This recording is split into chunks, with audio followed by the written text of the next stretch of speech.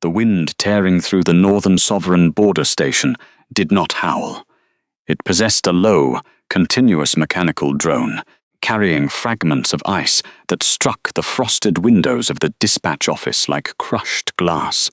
Inside, the temperature was scarcely better. Elena Vance stood behind the splintering oak counter, her breath plumbing in the grey light of the dying afternoon. As a regional tax clerk, she had spent 14 hours categorizing agricultural manifests, matching grain yields against territorial toll records. She survived the systemic neglect of the pack hierarchy through silent, relentless observation. Joseph Finch, the gruff senior archive clerk, dropped a heavy iron ledger onto the desk. His knuckles were mapped with the permanent black stains of cheap iron gall ink. The westbound schedules are entirely compromised. Elena, Joseph rasped, rubbing a grey smudge along his jaw. The mountain pass is freezing over. 3 passenger carriages are delayed, and the barons are demanding priority for their freight. Silence was a kind of armour, thinner than most, but lighter to carry.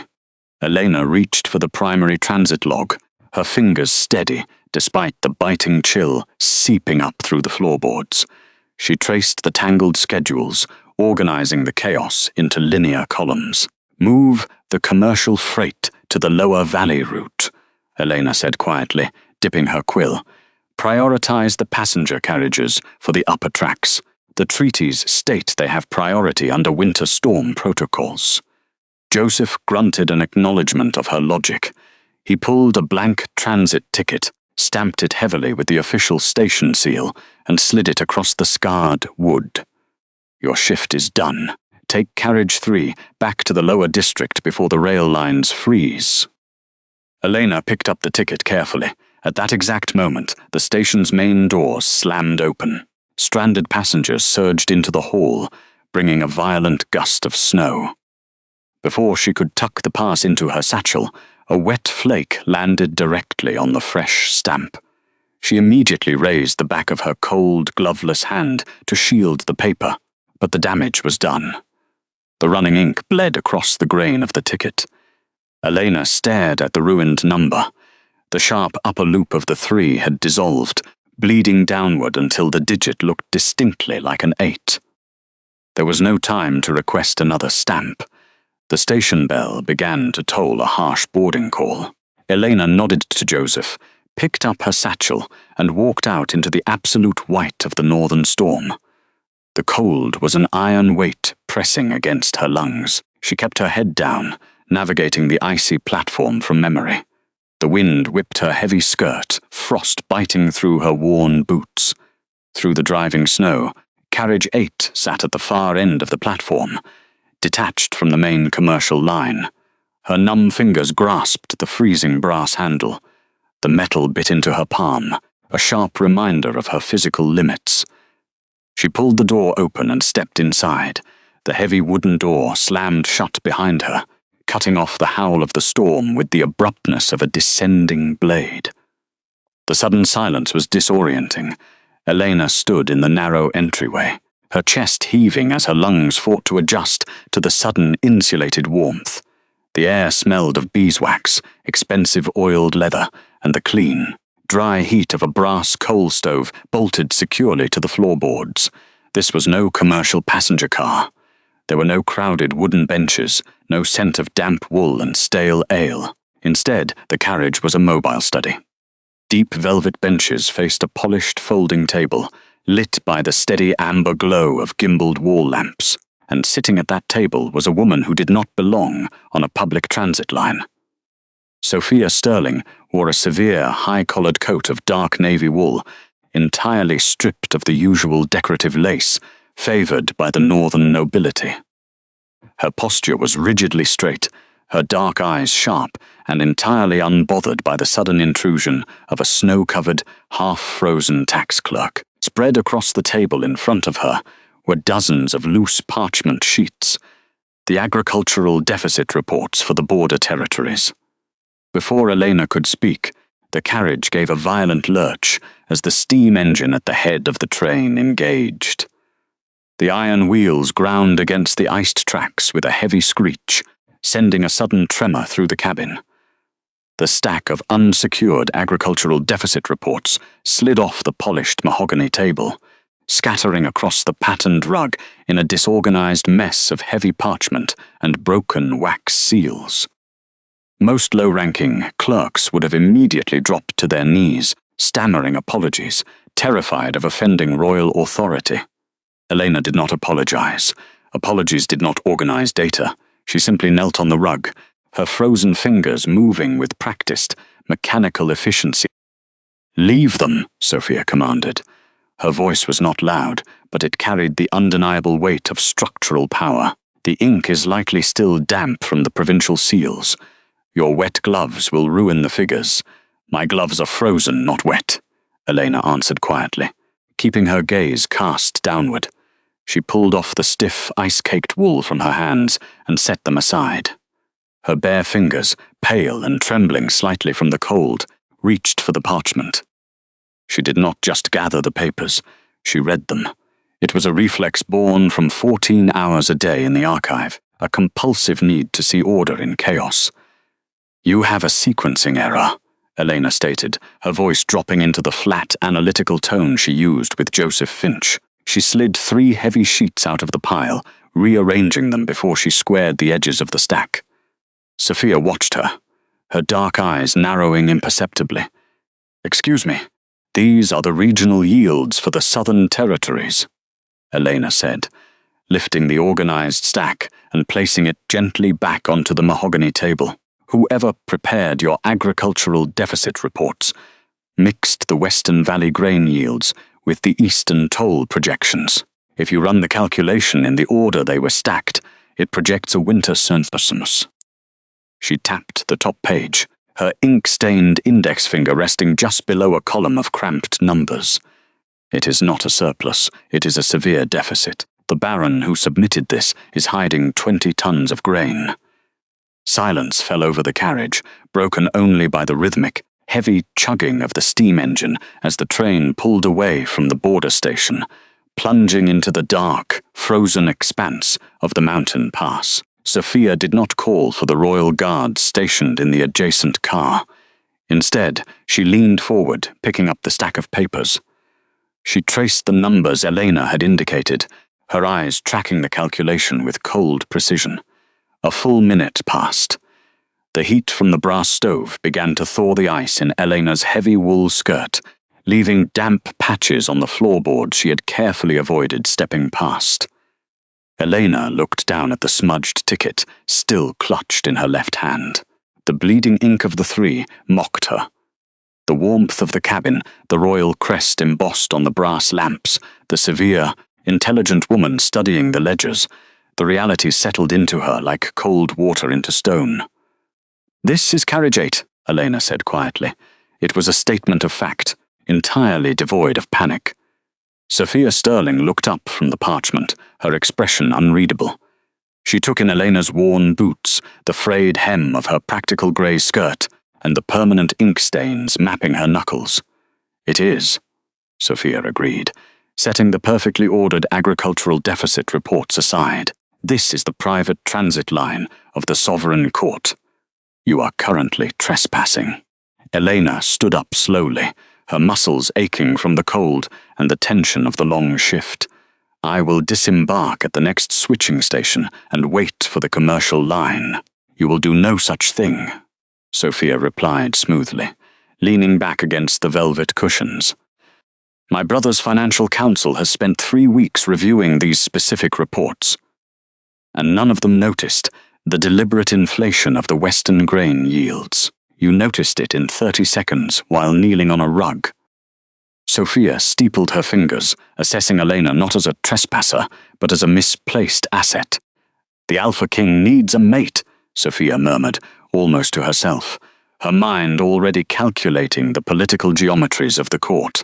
Then she fixed her sharp gaze on the exhausted clerk. "But more importantly, my brother needs a chief auditor who cannot be bought. Sit down, Miss Vance. You are not going back to the lower district."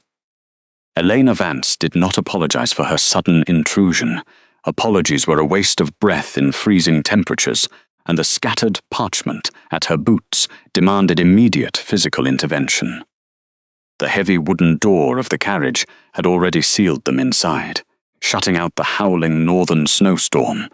The only sounds remaining were the muffled grinding of iron-rimmed wheels against the packed snow and the sharp, frantic rustle of loose documents swirling over the velvet floorboards. She knelt.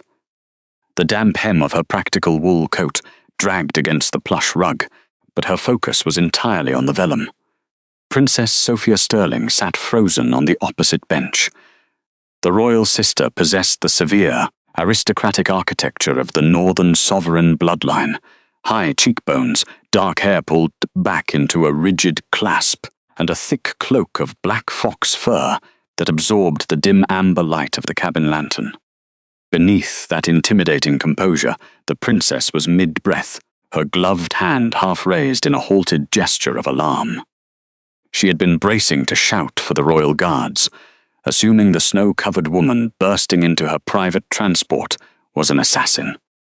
Instead, the intruder was ignoring her completely to pick up tax documents. Elena's frost-bitten fingers moved with the unthinking, rhythmic precision of a woman who had spent the last 7 years buried in administrative survival. She picked up a thick sheet of parchment. Her eyes flicked to the top right corner, registering the royal crest. Northern Agricultural Deficit Reports. She knew the formatting of these ledgers better than she knew the lines of her own palms. The Eastern grain yields belong in the secondary pile, Elena murmured, her voice steady, low, and entirely devoid of the trembling deference expected of a commoner addressing royalty. She kept her eyes firmly on the vellum to avoid seeing how Sophia reacted to the instruction. Withholding her voice had always been her safest refuge, a quiet shield against the unpredictability of power. Instead, Elena continued her work.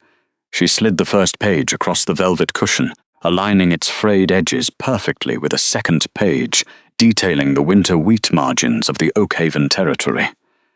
The princess slowly lowered her hand. The defensive tension drained from Sophia's shoulders, replaced by a sharp, calculating stillness. The royal administrator did not call for the guards. She merely sat back against the leather upholstery, her dark eyes narrowing as she watched the clerk operate. Elena shifted on her knees, her wet boots leaving small, dark rings of melting snow on the floor. She gathered a dozen more sheets, her thumb brushing over the raised red wax seals of the regional deficit columns. She did not sort them chronologically, which was the amateur mistake most border officials made when attempting to organize chaos. She sorted them by deficit margin, grouping the failing territories together so the worst mathematical bleeding was immediately visible. Elena noticed that the Oakhaven territory was reporting a 20% loss in grain. Yet their transit toll taxes had somehow doubled over the exact same period. It was an impossible contradiction, a mathematical lie sitting right there in the black ink. She placed that sheet at the very top of the urgent pile. Her fingers were still numb from the freezing station platform, the cracked skin around her knuckles aching as the ambient warmth of the carriage began to thaw her hands. But she did not stop to warm them. Slide, tap, stack. The rhythmic, repetitive sliding of paper filled the small, cedar-scented cabin. It was a soothing sound, a mechanical heartbeat of order pushing back against the storm outside. Elena caught a flying sheet before it could slip under the brass foot warmer.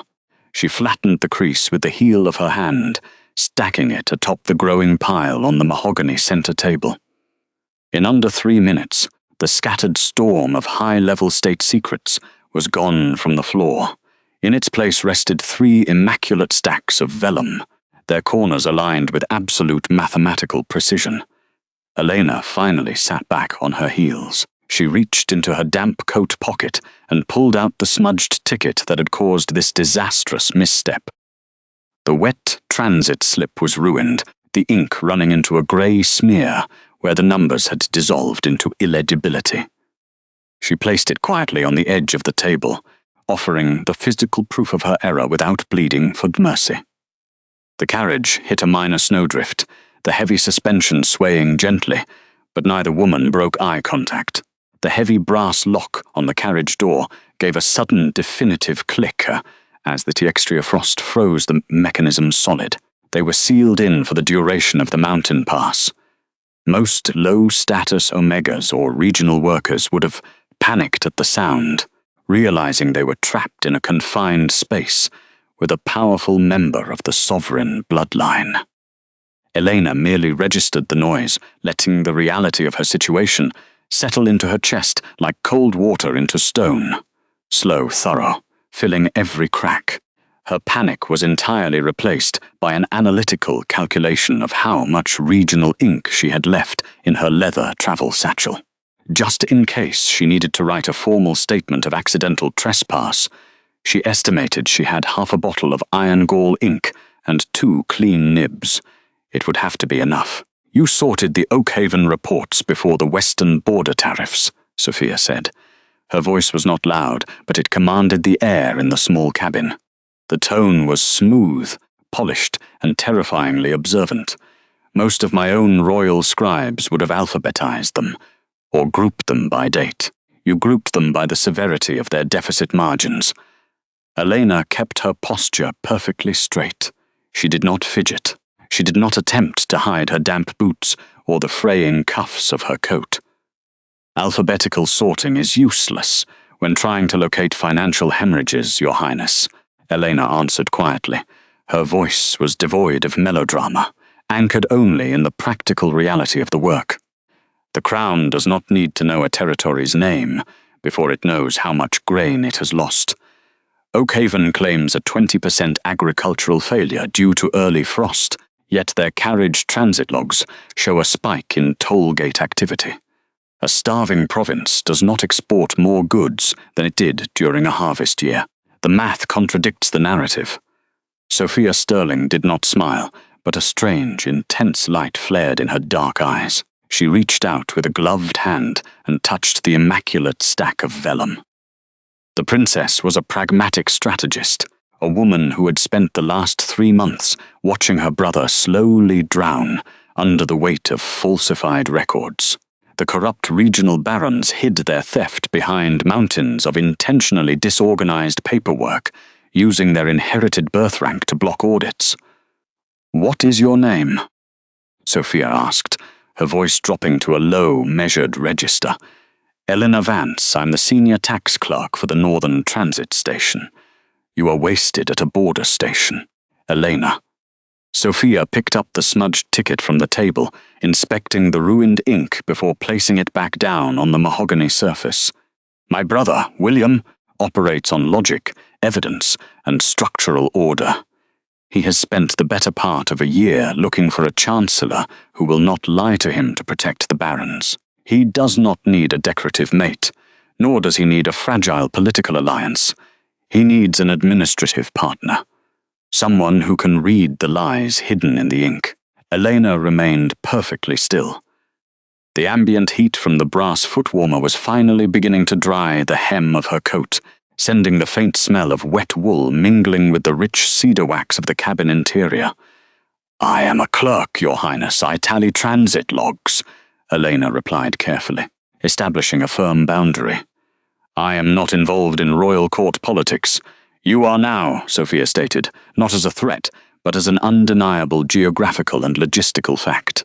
The carriage wheels continued their steady, rhythmic grinding against the snow, carrying them further away from the border station and deeper into the heart of the sovereign territory. "You have just identified a smuggling ring in 3 minutes while sitting on a wet floor. You are exactly what King William requires, and you will not be returning to the transit station." The mountain pass was a brutal ascent of ice and jagged stone. For the next 3 hours, the rhythmic rattle of the carriage wheels over the frozen track became the only constant against the howling northern wind. The temperature inside the cabin dropped steadily as they climbed higher toward the sovereign's seat, the ambient cold seeping through the floorboards. Elena sat perfectly still on the velvet cushions, her knees pressed together to steady the heavy stack of agricultural deficit reports she had reorganized. They were bound tightly now by a spare leather strap the princess had provided, their uneven edges pressed into neat alignment. Sophia reached into a small brass travel tin, resting on the seat beside her. The lid popped with a sharp metallic click that cut through the low drone of the storm. Inside lay a row of dry military-issue hardtack biscuits. The princess took one, snapped it cleanly in half with a sharp crack, and offered a piece across the narrow aisle. Elena accepted it with a quiet nod. The biscuit was dense and freezing to the touch, tasting faintly of salt and stale wheat, a pragmatic survival ration rather than any form of royal luxury. She ate it slowly, letting the dry crumbs dissolve on her tongue, meticulous not to drop a single speck onto the pristine reports resting in her lap.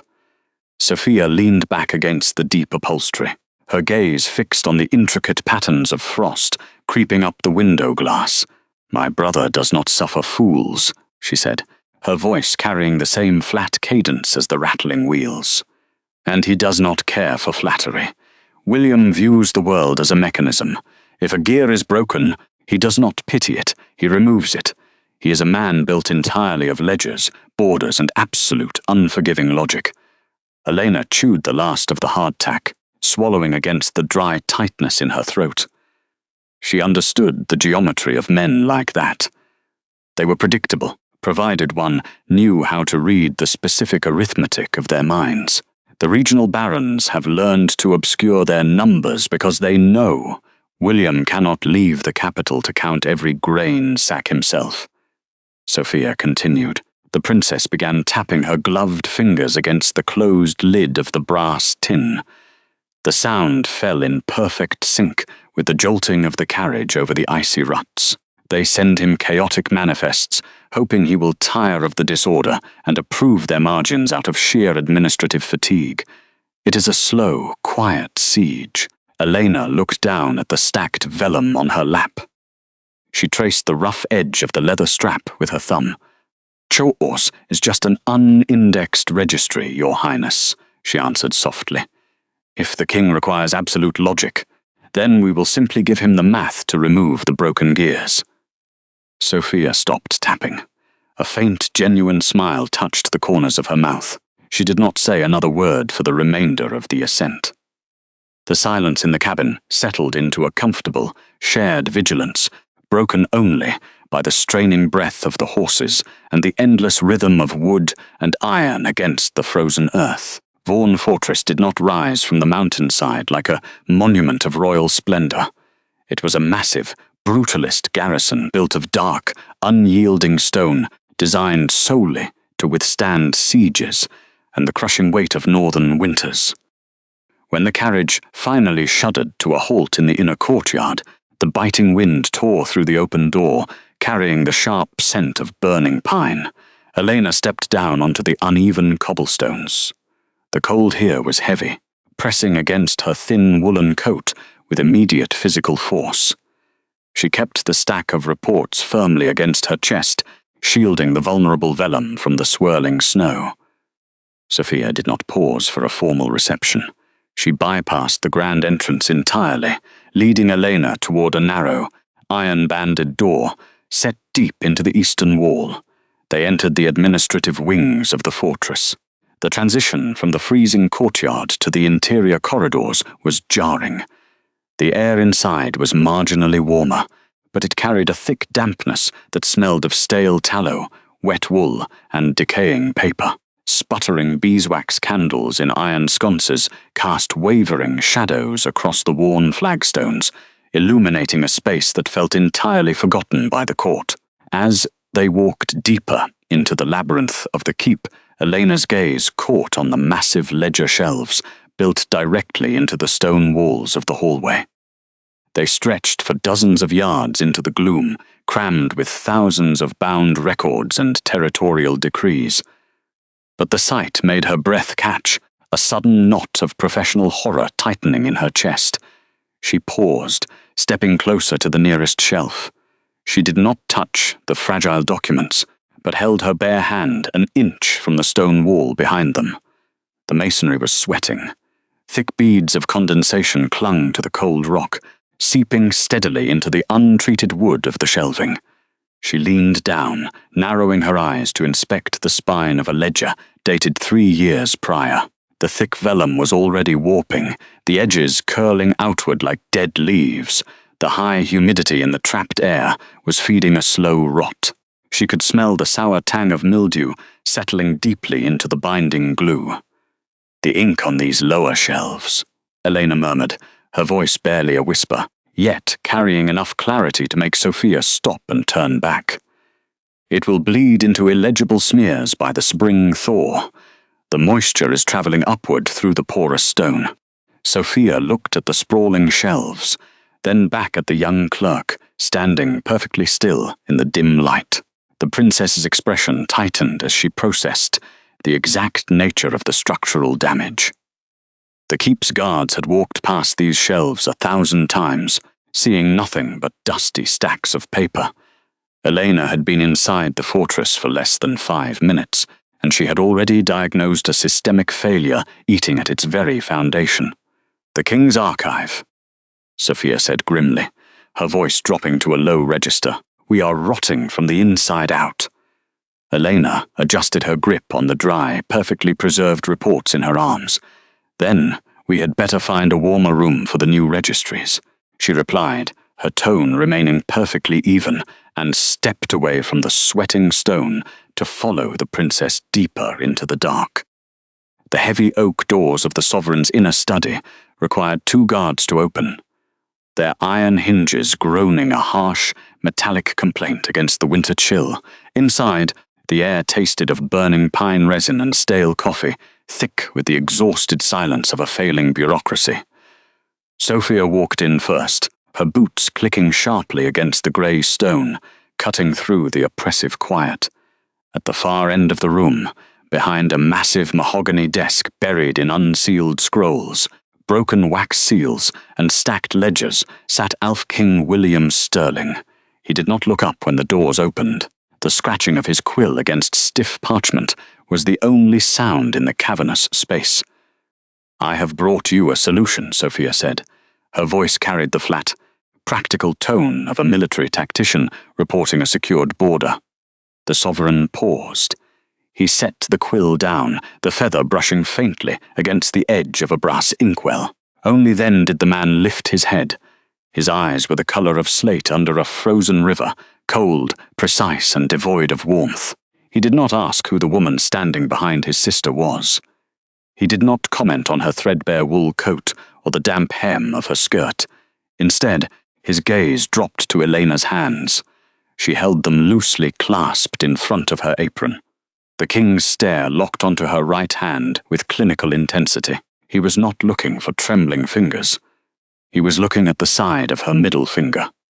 The skin there was permanently stained, a deep blue, calloused into a hard, uneven ridge from years of pressing against the sharp edge of a wooden pen. It was the undeniable physical mark of a working clerk. "A regional tax counter," he murmured. His voice was a low, abrasive drawl. "You brought me a regional tax counter to fix the state registry. I brought you someone who organized the entire Western agricultural deficit in the time it took us to cross the mountain pass," Sophia corrected. William leaned back in his heavy leather chair. He allowed the silence to stretch, measuring the distance between his sister's bold claim and the quiet woman standing before him. He possessed a natural authority that did not require him to fill the quiet with unnecessary words. He reached across the desk and pulled a thick, disorganized stack of vellum from beneath a solid iron paperweight. The edges were frayed, and several pages were stuck together with spilled tea. "The winter import logs," the Alpha King said, pushing the heavy stack toward the edge of the wood. "My chancellor spent 3 months looking for the missing regional tariffs in these pages before he suffered a nervous collapse. If she is what you say she is, let her prove it." The clerk stepped forward. She did not bow. She simply reached out and placed her ink-stained fingers on the cold parchment. The paper was heavy, stiff with the dry winter air. "You want me to audit the manifest," she answered. Her voice was steady, anchored by the familiar weight of administrative failure. "I want you to tell me why my treasury is bleeding," William corrected. He did not look at her face again. He simply picked up his quill. "You have the corner desk. Do not interrupt me unless you have a number."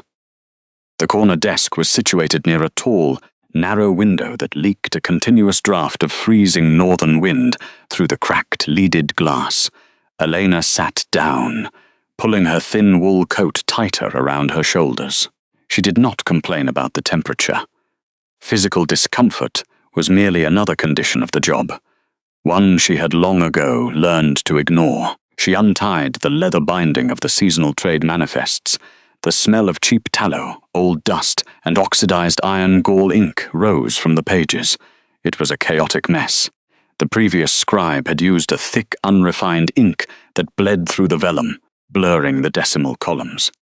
For the first hour, the young woman did nothing but separate the pages, carefully peeling apart the stuck edges and aligning them by date and regional origin. She breathed evenly, letting the rhythm of the numbers settle into her mind. The room remained entirely silent, save for the dual scratching of two quills. The sovereign worked at the main desk, never turning his head. He was testing her endurance as much as her intellect. Most people broke under the pressure of being ignored by the most powerful man in the territory.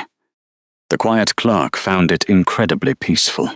She had spent her entire life being invisible. Now, she was simply being given the space to do her work. By the third hour, the temperature in the room had dropped further. The stone floor leached the heat from the soles of her boots. Elena's knuckles were white, stiff with the chill, but she kept moving her quill down the ledger lines. She was comparing the physical weight of the cargo against the documented tax value recorded at the toll gates. Something was mathematically wrong in the third column of the November manifest. She stopped. Leaning closer to the parchment, she narrowed her eyes against the dimming afternoon light. The scribe had written a tariff value, but a smear of greasy soot, likely from a fallen candle wick, obscured the final two digits of the conversion rate. It was a critical number. It dictated how the local border currency was translated into the sovereign standard before the taxes were sent to the keep. She tried to brush the soot away with her dry thumb, but it had settled deep into the porous vellum. Without hesitation, the former transit worker brought her thumb to her lips, dampening the pad of her skin with her own saliva. She pressed her thumb firmly against the grease smudge and rubbed in a tight, precise circle, wiping the grime away without tearing the fragile paper. The soot thinned. The blurred ink beneath it came into sharp focus against the pale skin of the page. It was a 7, not a 2. She let the realization anchor itself in her mind, cold and absolute.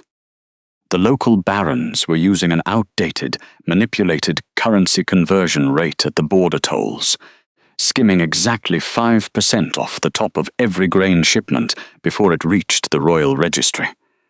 The math was not missing. It had been systematically and deliberately hidden.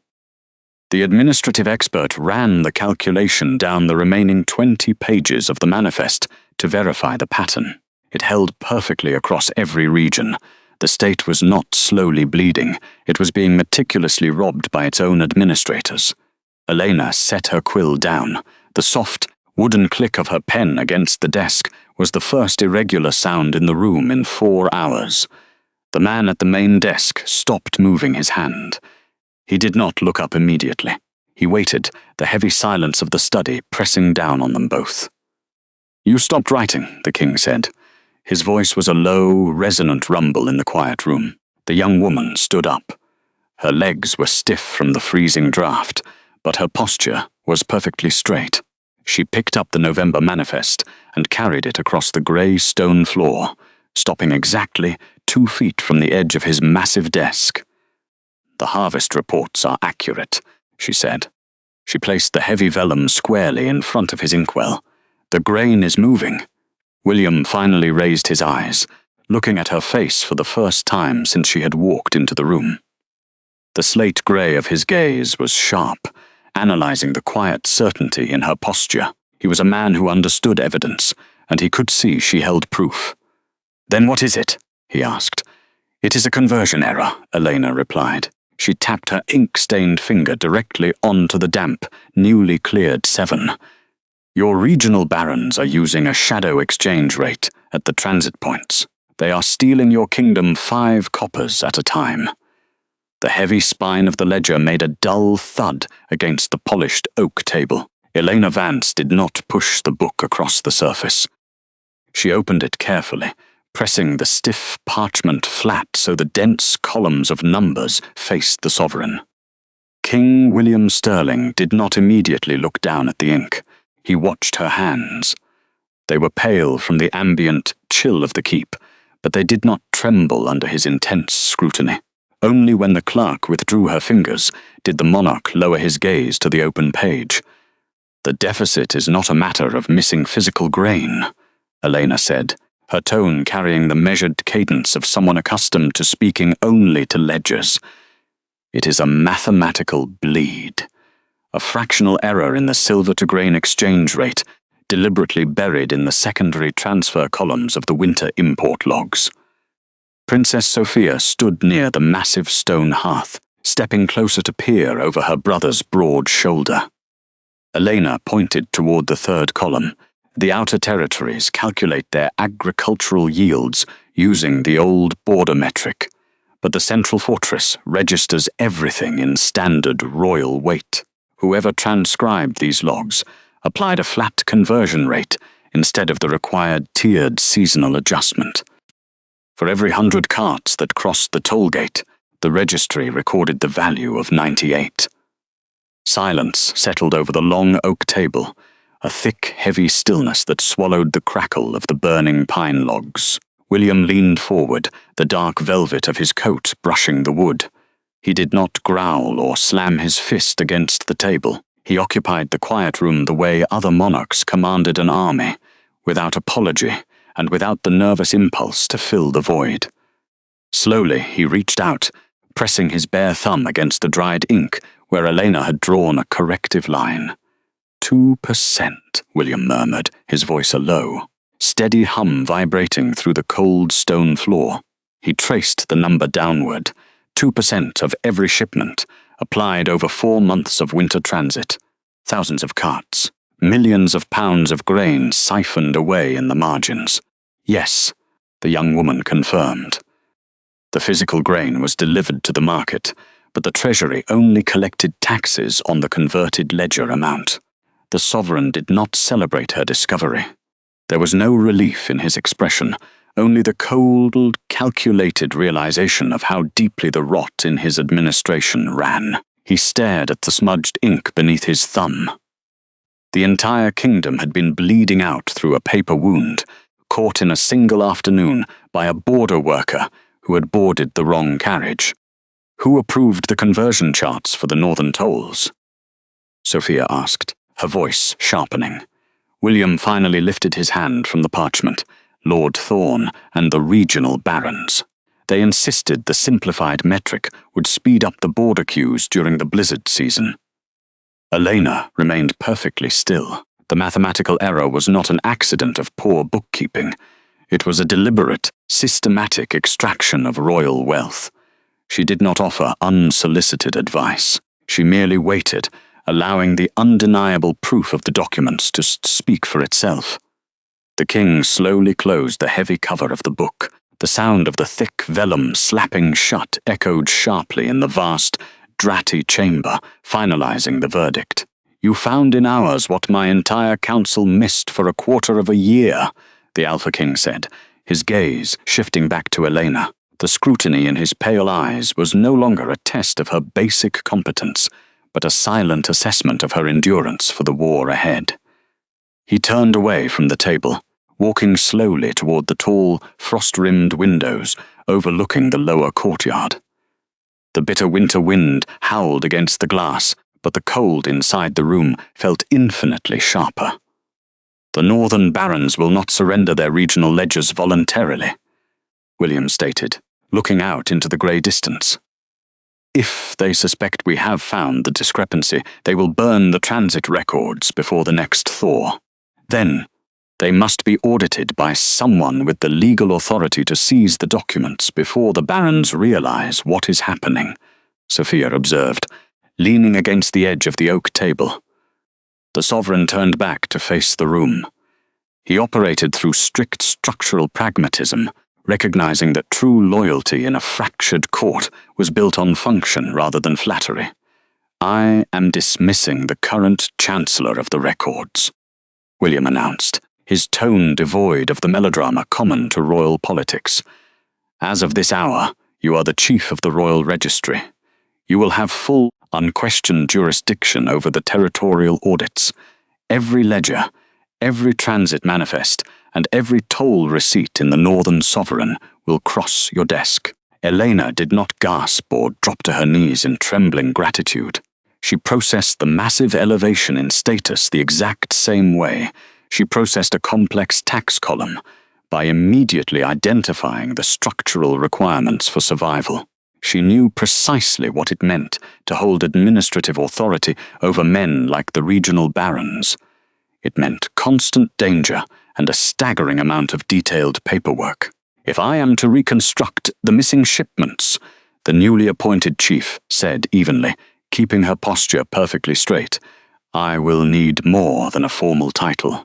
William raised a single dark eyebrow, intrigued by her absolute lack of hesitation. State your terms. I do not require a royal suite, a protective guard, or a carriage allowance, she replied, her voice remaining steady against the cold air. But I cannot audit the northern lords using acidic border paper. It flakes under a heavy quill and crumbles in the damp of the archives.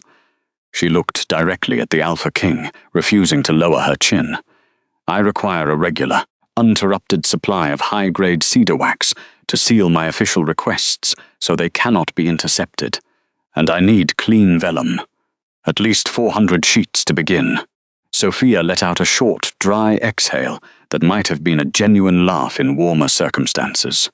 The princess crossed her arms, clearly satisfied that her snap judgment in the carriage had been completely validated by the clerk's relentless pragmatism. The king stepped closer to the table, looking down at the quiet, practical woman who had just been handed the financial keys to his kingdom and had responded by asking only for basic office supplies. The hard, defensive tension in his broad shoulders fractionally relaxed. You shall have the finest cedar wax in the keep, William said, his tone carrying the binding weight of an absolute decree, and all the clean vellum the royal archives can provide. He reached across the table, pulling the thick stack of seasonal records closer to his side of the wood. It was a deliberate gesture of shared jurisdiction, a silent, undeniable acknowledgement that the administration of the territory was no longer his burden alone. Begin the requisitions immediately, the king instructed, pulling a brass inkwell toward himself. We have a kingdom to audit. The room assigned to the new chief of the royal registry had not been used in 12 years. It smelled of brittle binding glue, stale pine drafts, and the kind of heavy settled dust that accumulated only in places of forgotten authority. The ambient temperature of the floorboards seeped straight through the soles of her boots. Elena Vance did not summon a servant to prepare the space. Instead, she took a dry linen cloth and began wiping down the heavy oak shelves herself. The quiet labor warmed her hands, pressing the chill from her knuckles. The fortress was vast, and her position within it was newly forged, a fragile authority granted by a king who valued precision over pedigree. She knew she had to build her defenses not with stone, but with flawless administrative architecture. There was a profound, grounding satisfaction in clearing a physical space for mental order. She lined up her glass ink pots across the scarred surface of the desk, arranging them meticulously in order of viscosity. First, the thin, fast-drying sepia for rapid marginalia. Next, the standard black iron gall for official correspondence, Finally, the thick crimson wax ink for unalterable final seals, Joseph Finch stood in the doorway, watching her with a gruff, assessing expression. The elderly archive keeper held a stack of empty leather courier satchels over his arm, his fingers drumming against the brass buckles. "They are not going to reply to you, you know," the man said, his voice dry and devoid of sentiment. Elena did not stop aligning her pens. She had sent formal, sealed requests for the latest Carriage transit registry to the 5 major northern barons over 2 weeks ago. By the laws of the sovereign state, the territorial ledgers should have arrived by the morning post. The Carriage transit registry was the structural spine of the region's economy. It tracked axle weights, departure times, and draft horse replacements. Without it, the border territories were a fiscal ghost town. "The weather in the passes is difficult," she offered quietly. "The weather is a convenient excuse," Joseph corrected, tossing a flat satchel onto a nearby chair. "It is a game of administrative starvation. They think if they ignore the new clerk long enough, the king will grow bored of this audit and reassign you to the kitchens." Elena let that knowledge settle into her like cold water into stone. Slow, thorough, filling every crack. Silence was a weapon the regional lords wielded with practiced precision.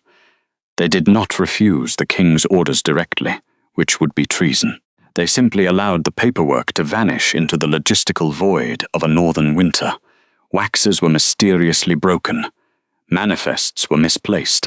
She capped her sepia ink. "Then we will document their silence, Mr. Finch. Every missed deadline is a traceable data point. A ledger that is deliberately withheld tells me just as much about a localized deficit as a ledger that is freely given." Joseph let out a short, rough sound that might have been a laugh. "You have a dangerous way of looking at empty shelves. I am simply counting what is absent," she replied. The following afternoon, the quiet rhythm of the registry office was broken by the heavy squeak of leather riding boots against the stone corridor. The air temperature dropped sharply, carrying the tang of ozone and melting snow. Lord Marcus Thorne did not wait for an invitation. The arrogant regional baron pushed the heavy oak door open with a shoulder draped in silver-tipped wolf fur. He occupied space the way a predator occupied a clearing, expecting everything smaller to instinctively scatter. "The new chief, I presume," the man drawled, stepping up to her desk. He stood tall, the damp fur of his cloak brushing against the edges of her organized shelves, deliberately crowding her modest space. Elena did not stand. She merely laid her quill parallel to her blotting paper, keeping her posture straight. Lord Thorne. Marcus offered a performative smile that did not reach his pale eyes. "I received your 4th request for my territory's winter logs. I came personally to offer my deepest apologies. The roads are entirely impassable. The carriages have broken axles. It seems the records you require have been tragically lost in a snowdrift." It was a blatant lie. He was utilizing the severe winter weather as a convenient shield for his systemic corruption. To punctuate his point, Marcus slowly stripped off his snow-soaked leather riding gloves. Rather than holding them, he dropped the wet, freezing leather directly onto the center of her clean blotting paper. The smell of wet animal hide and damp earth filled the space between them, an olfactory attempt to overwhelm the dry, quiet scent of her ink and vellum. Dark moisture immediately began to seep into the pristine white fibers, ruining the delicate surface and threatening her open ledger. It was a calculated physical insult, a demonstration that he could soil her workspace and disrespect her authority without ever needing to draw a blade. Elena looked down at the ruined paper. She did not flush with anger. She did not snatch the gloves away, or raise her voice in predictable indignation. She had spent enough of her life learning not to react in front of powerful men who fed on the panic of their subordinates. Slowly, with absolute calm, she pinched the corner of the wet blotting paper, lifting it with his heavy gloves still resting on top. Without breaking eye contact with the Baron, she deposited the entire soggy mass gloves and all, into the brass waste bin beside her desk. "I appreciate your personal visit to deliver this news, my lord," she said, her voice completely flat, offering no emotional traction he could use against her. "If your carriages are truly broken, I shall make sure the Crown notes your logistical failure in the next territorial assessment. We wouldn't want a lord who cannot manage a simple winter road to be burdened with excess grain shipments." Marcus's polite smile tightened, the smooth aristocratic veneer fracturing just a fraction. He had expected her to tremble or run to the king in tears. Instead, she had calmly reclassified his thinly veiled threat as a documented admission of incompetence. The lower archive level of Vaughan Fortress smelled of dry rot, frozen limestone, and centuries of undisturbed dust. It was a space that the higher court ignored, a subterranean labyrinth of vellum and string where the true history of the Northern Sovereign was kept. Elena walked down the narrow, dimly lit corridor, her footsteps deliberately soft against the cold stone floor. She was looking for Joseph Finch. The elderly clerk had spent 40 years managing the Carriage Transit Registry, surviving the whims of successive administrations by remaining entirely invisible. She found him at a slanted wooden desk near the back wall, his ink-stained fingers carefully binding a stack of fragile regional checkpoint manifests.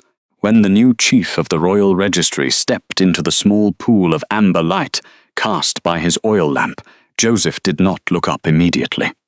He finished tying the hemp cord, his movements slow and practiced, before raising his grey eyes. He already knew why she was there. The rumours of the audit demanding raw records had reached the basement long before she did. "You are asking for the duplicate copies," Joseph said, his voice barely above a raspy whisper. He did not phrase it as a question. "I need the unedited transit logs from the eastern checkpoints," Elena replied, keeping her tone flat and professional. "Specifically, the records detailing Baron Thorne's commercial carriage movements over the last 3 months." A sharp, freezing draft swept through the stone arches, rattling the loose parchment on the desk. Joseph pulled his threadbare wool shawl tighter around his narrow shoulders. He looked past her, toward the dark stairwell, as if expecting Marcus's guards to materialize from the shadows. The political crossfire was always deadliest for those standing at the bottom of the hierarchy. "Those logs are meant to be sealed until the end of the year," the older clerk warned, his knuckles whitening as he rested a hand over the heavy leather-bound ledger on his desk. "If the regional lords find out I handed over the duplicate registry before the official audit cycle, they will not just fire me. They will ensure I never find a warm hearth in the north again." Elena let the silence stretch. She understood his fear perfectly. That was the kind of invisible they had both been taught to be, the kind that survived by never questioning the discrepancies written in ink. But survival through silence was no longer an option. "If the Treasury collapses from the deficit at Joseph, there will not be a functioning system left to employ either of us," she said quietly. She did not plead. She did not offer false guarantees of royal protection. She simply presented the mechanical reality of their situation. The official winter logs were altered. The only way to prove the fraud is to match them against the raw checkpoint data you keep down here. Joseph stared at her, his jaw tight. He recognized the pragmatic calculation in her eyes, the shared understanding of a worker who knew the exact weight of a ledger. Slowly, his rigid posture softened. He let out a long, ragged breath that plumed in the freezing air, then slid the heavy leather book across the scarred wood of the desk. "Start with the October toll gates," he muttered, his gaze dropping back to his binding threads, "and do not tell anyone where you found it." By midnight, Elena's office in the upper keep was a sanctuary of paper and quiet calculation. The hearth fire had burned down to glowing red embers, leaving the room bitterly cold, but she did not stop to stoke it. The Carriage Transit Registry lay open across the center of her desk, flanked by the official market grain yields on the left and a stack of regional toll receipts on the right. She worked with methodical precision, her quill scratching a continuous rhythm against a fresh sheet of vellum as she cross-referenced the numbers. The discrepancy was not hidden in complex financial formulas. It was hidden in the physical logistics of the carriages themselves. Marcus had reported a devastatingly low agricultural yield, claiming a poor harvest to avoid state taxation. Yet, the raw data Joseph had provided told a different story. According to the checkpoint timestamps, the Baron's commercial wagons were moving through the eastern mountain pass at a crawl, their transit times delayed by hours. Wagons carrying light, failed harvests did not sink deep into the winter mud. Only carriages burdened with massive undeclared weight broke their axles and required double teams of draft horses to clear the toll gates. She was so focused on calculating the estimated tonnage of the smuggled grain that she did not hear the heavy oak door open. The sudden scent of pine and ozone broke her concentration. Elena stiffened, her hand stilling over the inkwell. She looked up to see King William Sterling standing just inside the threshold. He wore no crown, no formal velvet robes, only a simple dark tunic and trousers. He inhabited the quiet room the way other men occupied loud halls, without apology, without the nervous impulse to demand attention. He did not demand a report. He did not intrude on her space. Instead, the sovereign crossed the room with measured, unhurried steps, carrying a small, polished copper kettle. A faint ribbon of steam curled from its spout. The wax on those secondary checkpoint documents is notoriously brittle, William said, his voice a low, steady rumble that seemed to warm the freezing air. If you try to break the seals cold, the parchment will tear, and the evidence will be legally void. Elena watched, temporarily stunned by the casual domesticity of the act, as the Alpha King set the hot kettle down on the edge of her desk.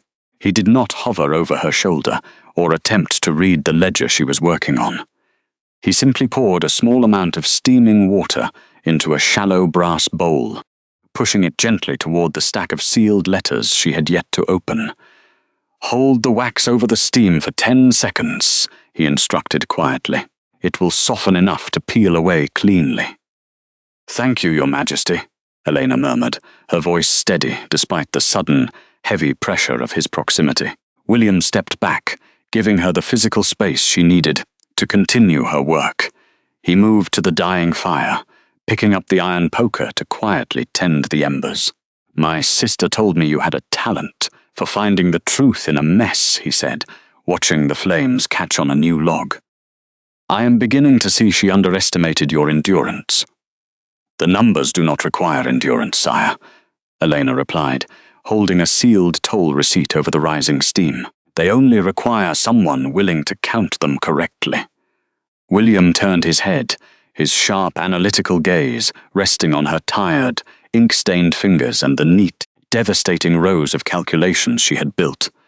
The corners of his mouth twitched in a faint, respectful shadow of a smile. He did not offer empty praise or romantic platitudes.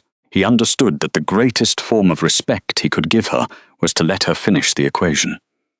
"Then keep counting, Elena," he said softly, turning back to the hearth to ensure she had enough heat to last the night. The royal study was anchored in absolute silence, save for the low crackle of the hearth and the scratch of a dry quill against vellum.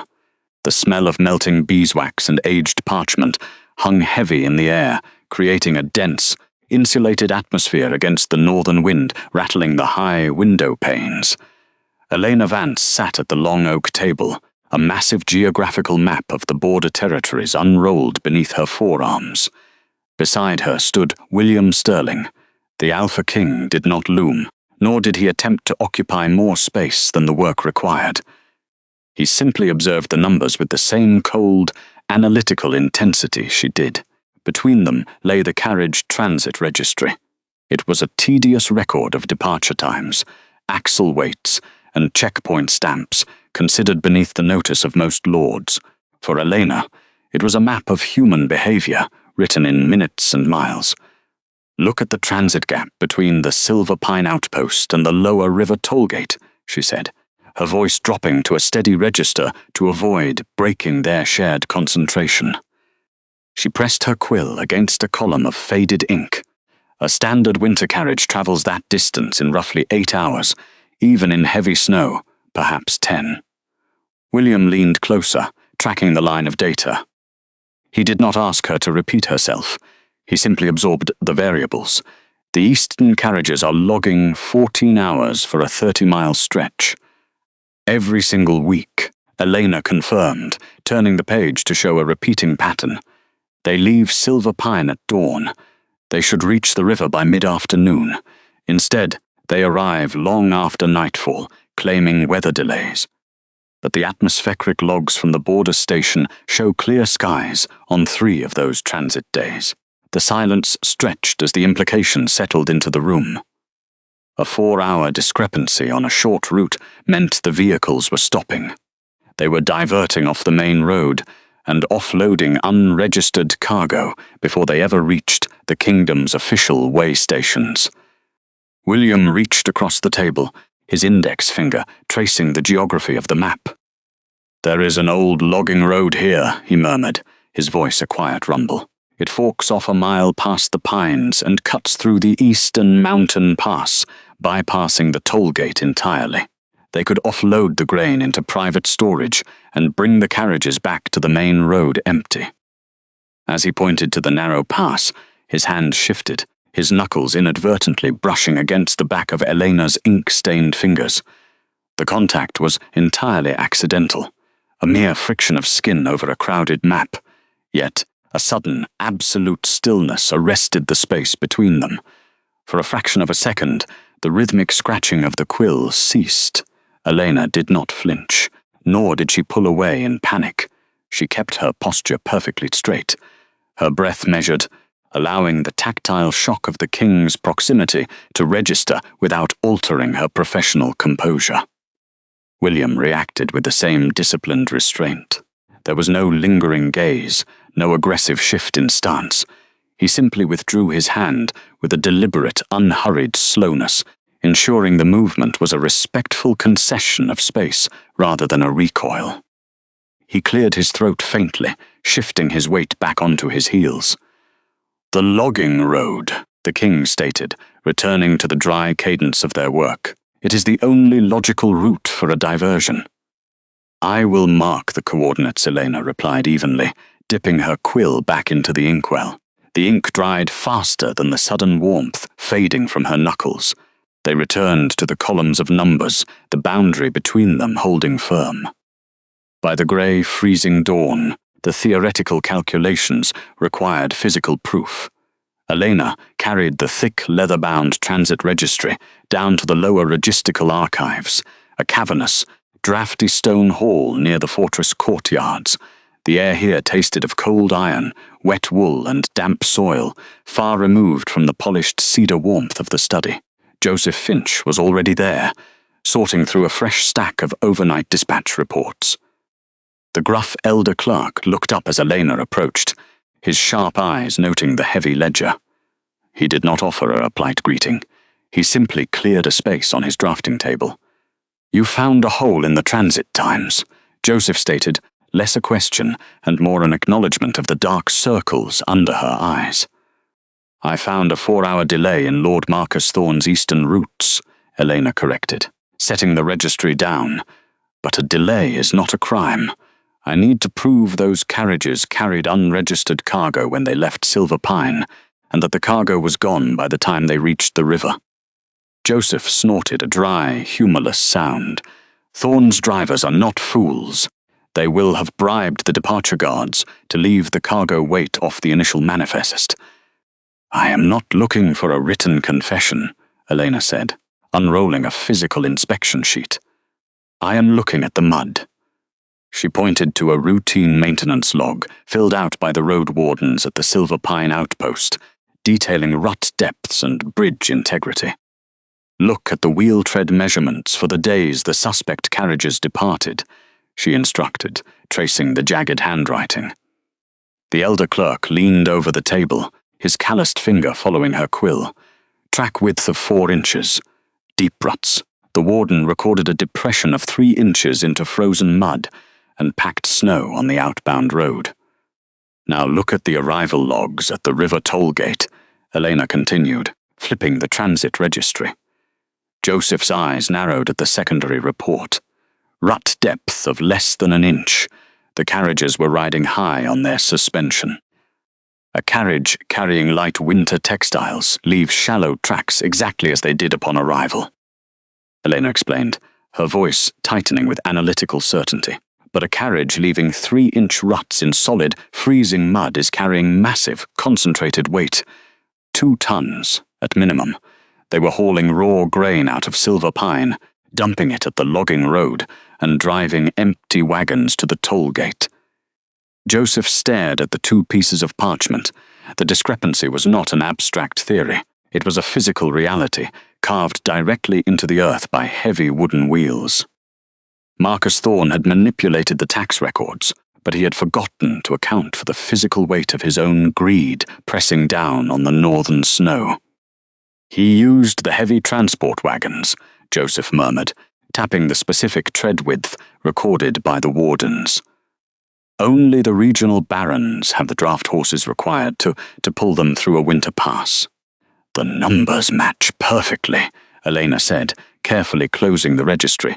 She smoothed her hand over the dry leather cover, feeling the solid, undeniable weight of the evidence. It was no longer just a suspicion. It was a documented, physical truth. The physical carriage records align with the unregistered grain yields missing from the winter markets. The fraud is structural. Joseph looked at her, a quiet respect settling into his weathered face. He had spent decades watching high-born lords lie with elegant words and forged seals, but this quiet clerk had dismantled a smuggling ring, using nothing but mud, snow, and transit logs. "I will prepare the official audit seals," he said, his voice dropping into a solemn register. "You have the proof you need. It is time to trap the Baron." Elena brought the heavy leather-bound carriage transit registry into the king's private study. The room smelled of cold stone and dying embers, a sharp contrast to the heated tension that had been building over the past week. She set the massive tome down on the central oak table, aligning it perfectly with the edge of the wood before stepping back. The brass bindings clinked softly against the timber. William stood by the hearth. He did not ask if she had found what they were looking for. He simply watched the precise, unhurried way she unrolled the supplementary manifests and weighted their corners with iron inkwells. Sophia sat opposite the table, her posture rigid, her hands folded over her lap as she waited for the clerk to speak. "The numbers do not lie, but they do travel," Elena began, her voice calm and measured in the quiet room. She tapped a column of faded ink on the left-hand page. According to the tax declarations submitted by the northern barons, grain yields were historically low this quarter. They claimed a deficit across 15 territories, citing poor soil and early frost. However, the carriage logs tell an entirely different story. She slid a secondary ledger toward the king. It was a regional toll gate log, the paper brittle and smelling faintly of dried pine resin and road dust. This column tracks the axle weights recorded at the border crossings. A carriage carrying empty barrels or winter wool registers at approximately £2,000. For the past 3 months, every private transport exiting Lord Thorne's jurisdiction has weighed nearly double that amount. William stepped away from the fire, the ambient heat receding as he moved to stand over the documents. He traced the line of numbers with a gloved finger, his expression remaining entirely unreadable. He is smuggling the surplus out of the territory under the guise of empty cargo returns. Exactly, Elena confirmed, smoothing a crease in the vellum. They are hoarding the assets, selling the unreported grain across the southern border, and using the royal transit roads to facilitate the movement. The missing revenue from the winter import logs wasn't a clerical oversight. It was an organized, systematic diversion of funds. Sophia leaned forward, scanning the neat rows of calculations the clerk had mapped out. A slow, precise smile touched the corners of the princess's mouth, a rare, sharp, administrative smile that held absolutely no warmth. It was the expression of a tactician observing a fatal structural flaw in an enemy's fortress. "We do not need to send the guard to his estates," Sophia murmured, tracing the edge of the transit registry. "We simply need to calculate how many carriage licenses we can permanently revoke as a penalty for toll fraud. Without the legal right to use the state roads, his entire remaining harvest rots in his own silos. It is a bloodless siege," William noted, his voice dropping into a low, approving resonance. He looked up from the ledger, his gaze locking onto the young woman who stood on the opposite side of the table. "You have built a cage entirely out of parchment. Paper is often heavier than iron, Your Majesty, if you know where to stack it," Elena replied simply, keeping her hands steady at her sides. The king did not smile, but the subtle relaxation of his shoulders shifted the room's dynamic.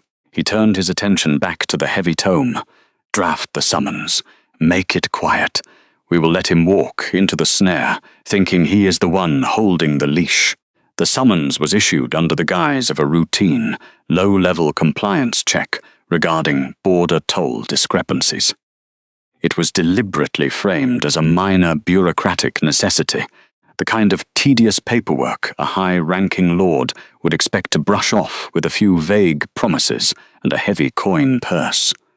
When Marcus arrived at the fortress 3 days later, the northern wind was howling violently against the keep's outer walls. He was escorted not to the grand audience hall, but to a small, cramped record room deep within the administrative wing. The space smelled of dust, old beeswax, and damp wool. There were no gilded chairs, no banners, and no audience to witness his arrival. There was only a single narrow wooden table and 2 iron-wrought stools. Marcus stepped across the threshold, adjusting his expensive, fur-lined wool cloak with a sharp tug of his wrist. He did not bother to hide his disdain for the utilitarian surroundings. His polished leather boots clicked loudly against the uneven stone floor, a sound that seemed obnoxiously loud in the suffocating quiet of the archive. Elena sat on the far side of the table, her hands resting flat on either side of a closed ledger.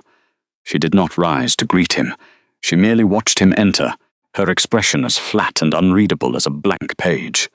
"I was told the king required my presence to clarify a minor discrepancy," the Baron drawled, refusing to take the uncomfortable stool opposite her. He remained standing, casting a long shadow over the desk. "Instead, I find a regional clerk playing with dust. Where is His Majesty?" "The king is currently reviewing the broader implications of your regional transit activity," Elena answered. Her voice was polite, perfectly modulated, and completely devoid of intimidation. "I am here to conduct the preliminary review of your toll declarations." Marcus let out a short, dismissive breath, flicking a speck of snow from his sleeve. "I have already submitted my declarations. If your office lost them, that is a failure of your filing system, not my harvest. I will not waste my afternoon explaining agricultural economics to a servant who doesn't know how to read a map." He adjusted his cloak again, settling his shoulders into a posture of absolute confidence. He believed he could lie his way through this, just as he had done for years, bulldozing lower-level administrators with rank and loud indignation. He expected her to shrink back, to apologize for the inconvenience, to offer a stammering excuse about missing paperwork. Instead, Elena reached out and quietly flipped open the heavy leather cover of the registry. The thick pages fell open with a dull, heavy thud that echoed against the low ceiling. She traced her finger down to a specific date, pausing over a line of cramped, dried ink. "On the 4th of the past month, four of your private carriages crossed the eastern toll gate," she stated, not looking up at him. They were registered as empty returns. The axle weight recorded by the gatekeepers, however, was 8,000 pounds. The arrogant set of the Baron's jaw twitched, a microscopic fracture in his composure. He opened his mouth to speak, But the clerk did not stop. On the 17th, 6 more carriages passed through the southern post, also marked empty, also weighing maximum capacity. Elena finally lifted her gaze, meeting his furious stare with absolute, unnerving stillness. "I do not need you to explain agricultural economics, Lord Thorn. I only need you to explain the physical weight of your lies." He stepped closer to the table, his hand dropping toward the hilt of his ceremonial dagger. But before he could close the distance, the heavy iron door behind him swung shut with a resounding, undeniable crack, sealing the small room entirely. The grand council chamber of Vaughan Fortress smelled of cold iron, centuries-old dust, and the sharp tang of burning tallow. The long oak table was polished to a dull sheen, reflecting the grey winter light, spilling through the high, narrow windows. Lord Marcus Thorn stood at the centre of the patterned floor, wearing a heavy sable-lined cloak that spoke of wealth and untouchable regional authority. He carried himself with the loose, bored posture of a man who believed the royal audit was nothing more than a temporary, irritating formality.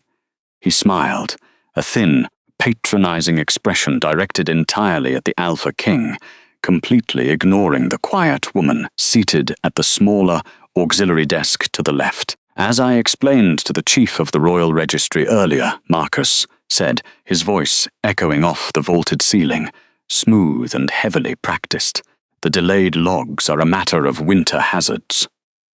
The carriages logged through the northern pass last month were entirely empty.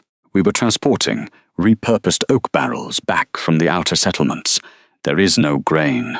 There is no hidden yield. The entire inquiry is an administrative misunderstanding. Silence stretched across the room. William did not answer immediately. The sovereign sat at the head of the table, his posture perfectly unhurried, his slate eyes fixed on the Baron, with a stillness that bordered on lethal. He did not raise his voice to argue. He simply tilted his chin, a millimeter of movement directed toward the small desk in the shadows. Elena opened the heavy leather-bound volume resting in front of her. The sound of the thick vellum page turning was shockingly loud in the quiet chamber. She kept her focus anchored on the text. She traced a single line of ink with the tip of her wooden pen. Her breathing steady, her shoulders perfectly aligned under the pressure of the room. "On the 14th of November, Elena said, her voice carrying clearly through the cold air, "your convoy of 12 wagons passed through the 3rd toll gate at the Iron Ridge crossing." "Yes," the Baron agreed, his smile tightening fractionally. "Empty barrels, as I just stated." Eleanor turned another page in the carriage transit registry, her fingers brushing the dried ink of the local toll-keeper's stamp. "The 3rd gate utilizes a weighbridge mechanism to calculate wear on the roadstones. It is a structural necessity, independent of taxation." She lifted her gaze, meeting his arrogant stare with absolute mathematical calm. "Empty oak barrels yield an average transit weight of 600 pounds per carriage. The tollmaster's receipt, bearing your own seal, logged each of those 12 carriages at precisely 4,200 pounds. The Baron's smile vanished. He opened his mouth, but no words materialized. "That is a discrepancy of 3,600 pounds per axle," the clerk continued, her tone conversational, entirely lacking any triumphant cruelty.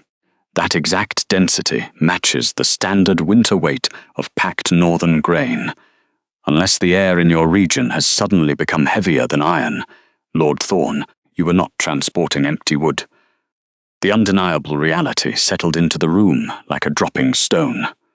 Marcus shifted his weight, his heavy fur cloak suddenly looking less like a mantle of authority and more like a suffocating shroud. He looked toward the head of the table, searching for an opening, a political compromise, a way to leverage his military rank against a mere ledger. He found none.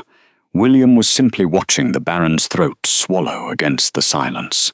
The regional lord attempted to recover, his chest puffing out in a final display of pack dominance. "This is an absurdity," Marcus snapped, his voice losing its polished veneer, cracking with a rising, frantic edge. You would question my loyalty over a mechanical failure at a rural toll gate. My family holds the western border. We command the largest transit fleet in the territory. You cannot govern the outer reaches without our logistical cooperation. It was the wrong argument to make in a room governed by numbers. The sovereign did not growl. He did not bare his teeth or rise from his chair to assert his physical dominance. True power did not need to shout. "You no longer hold a transit fleet," William said. His voice was a low, indifferent drawl that seemed to lower the temperature of the stone floor. The structural integrity of this territory relies on accurate audits. You have falsified state documents, withheld winter resources, and perjured yourself before this council. William reached across the polished oak table, pulling a freshly drafted sheet of heavy parchment toward him. The document had already been drawn up by the chief of the royal registry, waiting only for the final authorization. It detailed the immediate revocation of the Thorne family's local transit monopolies, transferring the administration of the western routes directly to the Crown, alongside a devastating schedule of administrative fines meant to recoup the stolen grain value. Marcus stared at the paper as if it were a drawn blade. "You are stripping my family of our historical trade rights based on a clerk's arithmetic." "I am stripping your family of your trade rights because you are a thief," the king corrected mildly, "and because the arithmetic does not lie." William picked up a stick of crimson sealing wax. He held it to the flame of a nearby candle, the scent of burning resin and sharp pine filling the chamber as the wax softened and began to drip. The heavy red drops hit the bottom of the parchment, pooling into a thick, glowing circle. The monarch set the wax aside and pressed his heavy gold signet ring into the center of the pool. The sound of the hot wax cracking and cooling was the only noise in the vast hall. William withdrew his hand, leaving the royal crest perfectly stamped into the document. He did not look up at the defeated baron. He simply slid the finalized decree toward the edge of the table. "Your carriages will be seized at the border by sunset. Your accounts will be frozen until the deficit is cleared. You are dismissed." The silence that followed swallowed the man whole. There was no room for negotiation, no avenue for a duel of honor, no political leverage left to pull. The corruption that had sustained his house for decades had been entirely dismantled, not by an army, but by a quiet woman sitting at a secondary desk, holding a book of numbers. Marcus turned on his heel. The heavy sound of his boots echoing against the stone floor was erratic, lacking its former arrogance, shrinking in volume as he marched toward the heavy double doors. When the massive iron hinges clicked shut behind him, sealing his fate into the cold northern wind, the tension in the room finally broke. The king exhaled slowly, resting his hands on the arms of his chair. He turned his head, his slate eyes shifting away from the empty doorway, to settle entirely on the woman quietly organizing the ledgers. The morning after the tribunal, the temperature in the fortress dropped, but the corridors outside the royal archive were suffocatingly warm. The stone halls were entirely choked with desperate men. The remaining northern nobility, having witnessed the structural dismantling of Marcus Thorne's smuggling operation, had drawn the only logical conclusion. They were terrified. Crates of withheld documentation began arriving before dawn, bursting with the raw data of the kingdom. Frantic estate managers crowded the doorway, clutching agricultural deficit reports and regional trade logs. The air grew thick with fierce sweat and the sharp tang of freshly cut parchment. At the center of this aristocratic panic sat Elena. She did not raise her voice. She did not stand. She simply remained at her desk, her hands moving with the steady, unhurried rhythm of a woman who had spent a lifetime processing other people's chaos. The nobles, who had spent months ignoring her formal requests, now shoved their leather-bound books across her table, desperate for a receipt of submission before the king's auditors could impose fines. "These figures correspond to the summer harvest," she said quietly, handing a stack of vellum back to a sweating baron. I requested the winter yield. Step aside, please. The man sputtered, but the sheer weight of the crowd pushed him backward. Another lord immediately took his place, slamming 3 thick ledgers onto the desk. The Eastern Valley submissions, he announced, complete and fully updated. Elena untied the leather cord of the top book, noting the slight sheen and faint indigo hue at the edges of the script. She closed the ledger with a soft, final snap and pushed it back across the polished wood. "Rejected," she said, her voice dropping into a heavy quiet. "Rejected?" The Lord stared at her. "The grain counts are exact. I had my scribes copy them through the night." "I do not doubt your grain counts," the clerk replied, her gaze lifting without intimidation. "But state submission protocol requires permanent black iron gall ink. You have used heavily diluted fugitive blue dye. In 3 years, these pages will be entirely blank. I suggest you purchase better ink and find a very fast scribe." Next, from the shadows of the arched doorway, Sophia stood watching. She leaned against the cold stone, a genuine smile curving her mouth. The princess had brought a border clerk into the heart of the court, and the clerk was currently bringing the highest-ranking men in the territory to their knees over ink formatting. Later that evening, the heavy oak doors of the king's study were closed against the draught of the northern wind. Inside, the fire had burned down to glowing red embers. William stood by the frost-rimed window, holding a silver cup of water. On the heavy desk behind him, the newly balanced state ledgers sat in a perfectly aligned stack. The thick bindings smelled faintly of beeswax, and the metallic tang of fresh iron gall ink, physical proof of a kingdom pulled back from the brink of collapse. Sophia occupied the leather chair near the hearth. "The Treasury estimators finalized the new projections an hour ago," she said, breaking the comfortable silence. "With the recovered transit taxes and the fines levied against Thorne's faction, the state finances are completely stabilized." William simply nodded. "A problem that my Council of Elders spent 3 years trying to solve with military threats." The king murmured, his tone laced with dry irony. "And it was dismantled in 2 months by a woman with a ruler and a carriage timetable." "Because you were trying to fight a war of dominance," the princess replied practically. "Elena did not fight them. She simply audited them. She found the structural weakness in their logistics and pulled the thread until the entire tapestry of their fraud unraveled." She crossed the room to stand beside her brother at the window. Across the dark expanse of the compound, the fortress was completely black, save for one single, square window on the 2nd floor of the administrative wing. The amber light of an oil lamp burned steadily behind the frosted glass.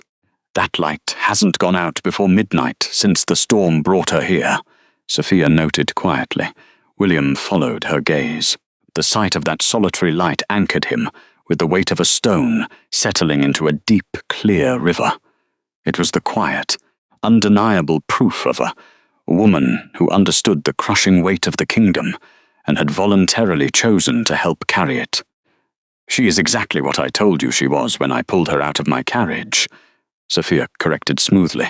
"A highly systematic mind. I brought you the foundation of a functional government." The king's fingers tightened against his silver cup. "The northern lords will hate her," William pointed out, his voice dropping into quiet calculation. "They will try to undermine her authority the moment the audit is closed." "Let them try," Sophia said, turning back toward the warmth of the hearth. "Now, you just need to make sure they can never remove her." William remained by the glass long after his sister left the study. He watched the amber light burning in the dark registry office, tracking the faint shadow of Elena moving behind the pane as she organized another stack of files. The cold radiating from the window bit into his skin, but he did not step away. He knew what he had to do to secure her place in his court, and more importantly, in his life. The time for temporary contracts had finally reached an end. The heavy oak door of the central archive clicked shut.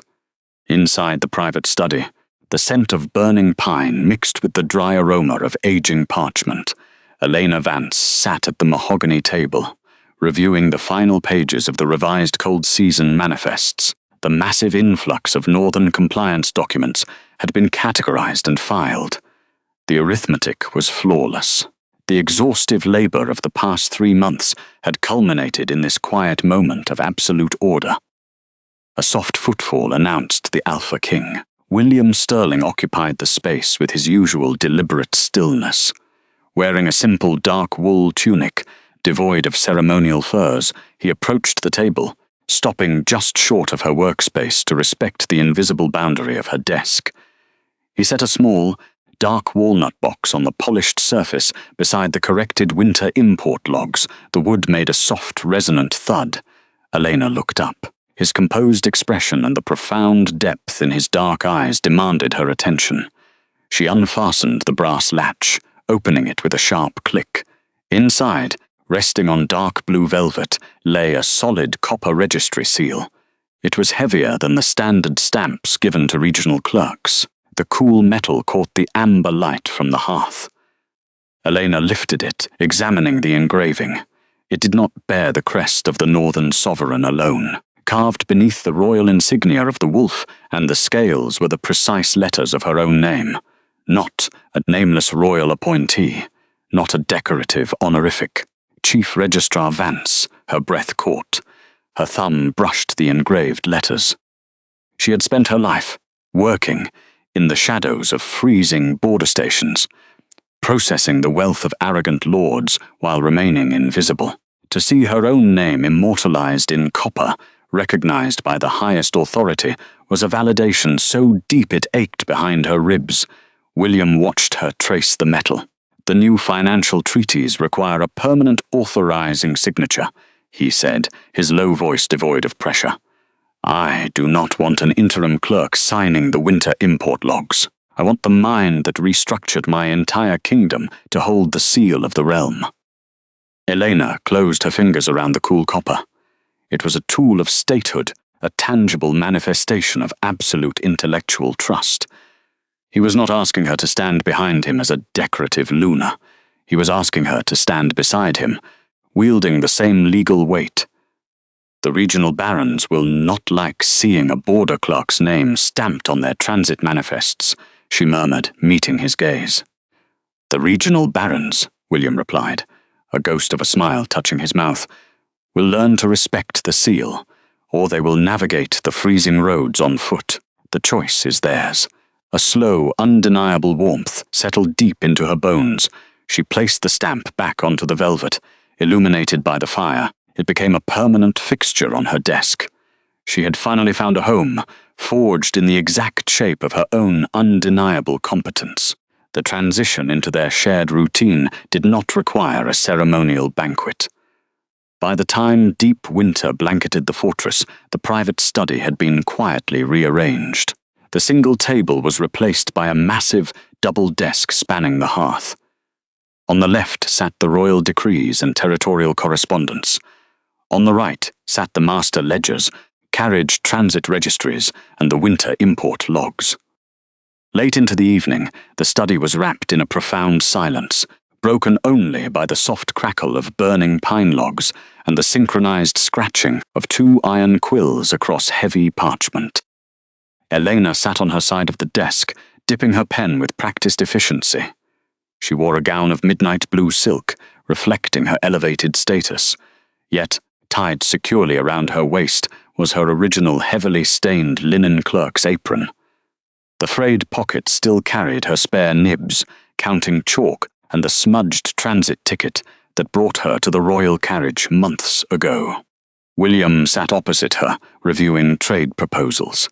He never once suggested her past labor was something to be hidden.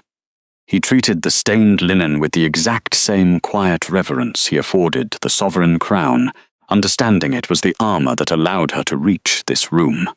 He paused in his reading, setting his quill down. Reaching across the double desk, his calloused fingers gently adjusted the amber lamp so that the warm light spilled evenly across her ledger. Elena looked up, her pen hovering above a column of silver conversions. The firelight cast dancing shadows against the stone walls, but the center of the room was perfectly illuminated. She met his gaze across the scattered documents. There was no need for grand declarations. The tension of her early survival had dissolved, replaced by the steady certainty of a compass needle finding true north. "The eastern route totals are perfectly balanced," she said softly. "The deficit is closed." William looked at her, his slate eyes reflecting the amber light with a depth of respect words could never capture. He reached across the parchment, his knuckles lightly brushing the frayed edge of her apron, a silent acknowledgement of the quiet mind that had saved his kingdom. "Then we are secure," he answered, his voice a low, comforting rumble. Elena smiled. She picked up the heavy copper seal, pressed it firmly into the hot wax, and stamped her name onto the bottom of the final page. The ink dried quickly in the warm air. She did not need to run from the cold anymore. She simply dipped her quill, leaned over the desk, and continued to work exactly where she belonged.